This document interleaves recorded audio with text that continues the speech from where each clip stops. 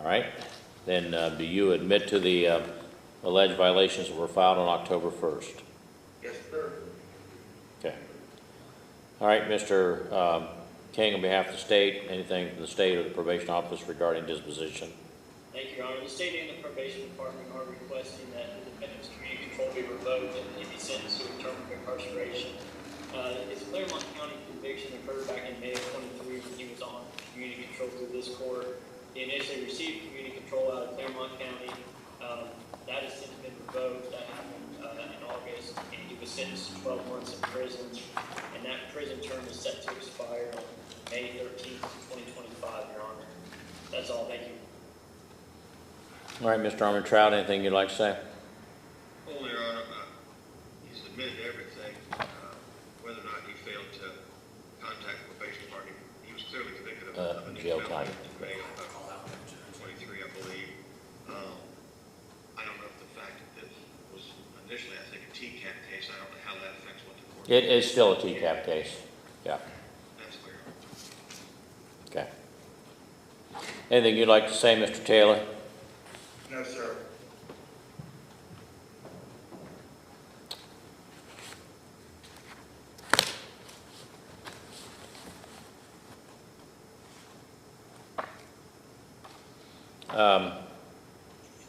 Mr. Bolser, I didn't get the summary PSI report, but did he have jail time credit from at the time of his sentencing, or was he?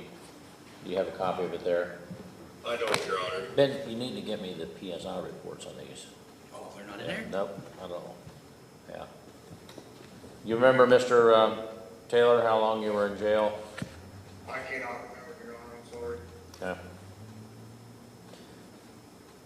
All right, well, it is the order of the court that your community control be and is hereby revoked. I do note that you've also previously been on community control for drug offenses in Brown County and Adams County for possession of heroin, and then this case, and then the Claremont County case. And so it is ordered that you be sentenced to a term of 9 months at the Correction Reception Center or in Ohio. That'll be ordered to be served concurrently with your current sentence, since this is a TCAP case. Now, what that means, though, is that it only starts running as of today. And so I don't know how that plays out. If you're scheduled for release in May, it may be over by then, or it may extend it a little bit. I haven't bothered to do the math. And I don't know what your jail time credit is, but once we get that from the Sheriff's Department, that'll be added as well.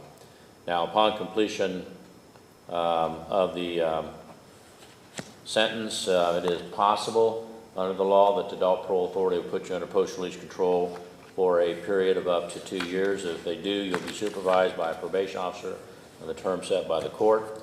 And if, a parole officer.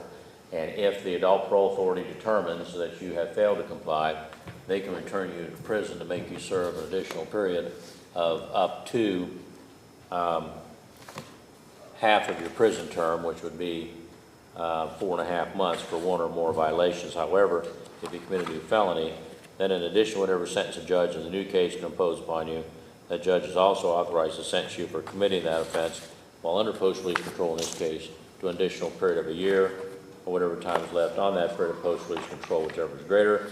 If that occurs, that must be served consecutively to the sentence in the new case. You're also ordered to pay the court costs for which judgment granting execution is ordered. If you fail to do that, then the clerk could collect that through various means, including levying on bank accounts, wages, earnings, or other assets you may have. If that doesn't collect it, then upon completion of your prison term, not while you're in prison, the court could commit you to do community service in this county and give you credit for each hour you worked in an hourly rate set by the court. Each hour you work will reduce your judgment by that amount until paid in full.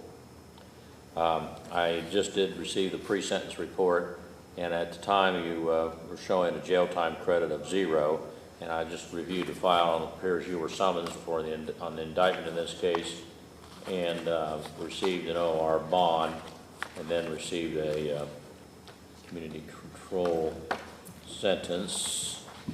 And let me look here. Did you go to the STAR program? No, I went to Pasco. All right, so there's no jail time credit then. So 9 months will begin running today, concurrent with your sentence from Claremont County. All right, anything further from council? All right.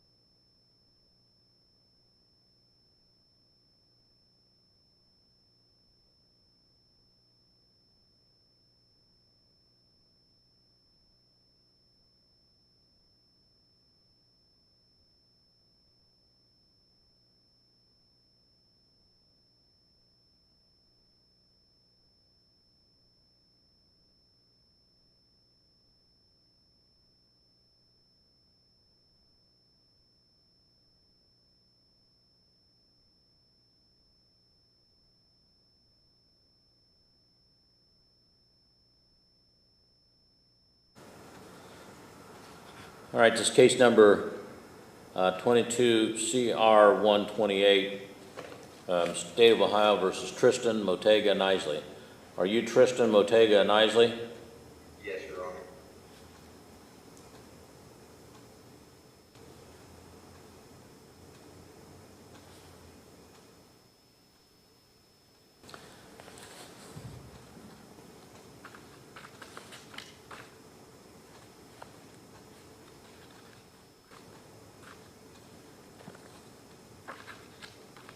All right, the record will reflect that on September 23rd of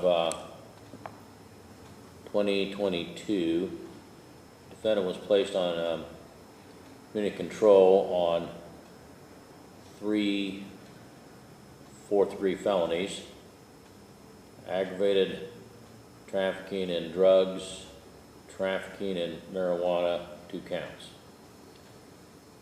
Now, there was an entry filed, a capias issued last month, it's like on September 25th, and Mr. Nisley was apparently served with that, and I do have a notification that he was notified this morning on alleged violations of community control, and it alleges, Mr. Nisley, that you have failed to report in violation of Rule 7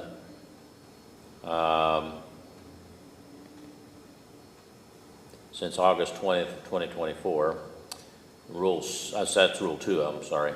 And then with regard to Rule 7, alleges you violated that in that you were given a drug screen on August the 20th and tested positive for THC and alcohol. And in Rule 19A, you failed to provide documentation of completing aftercare treatment as required by the court's order.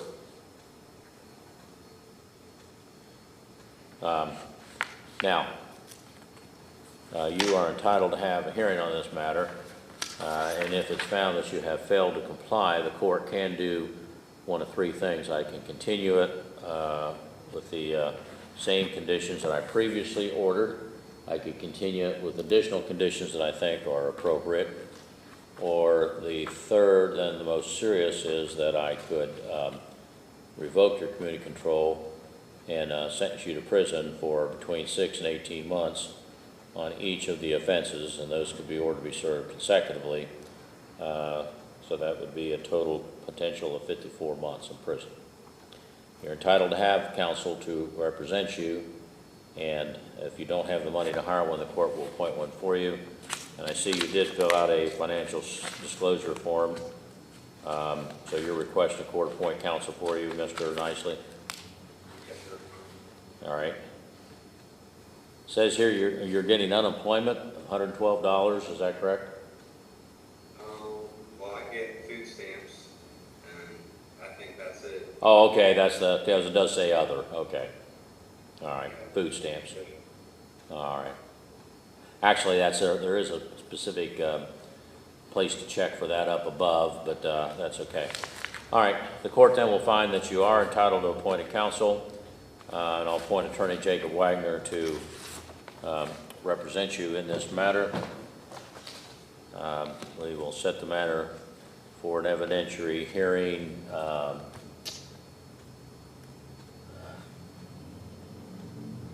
be October the 17th.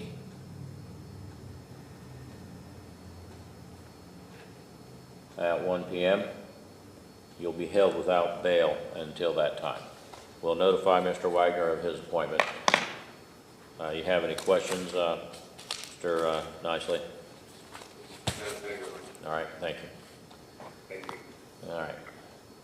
So as soon as we get Mr. Kirsch here, we'll use this blank.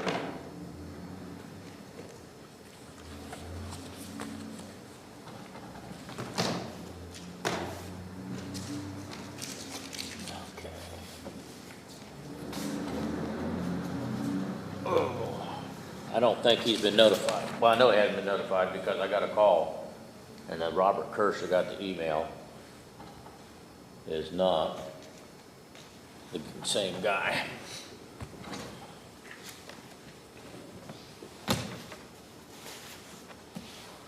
So hopefully Marcia got a hold of him.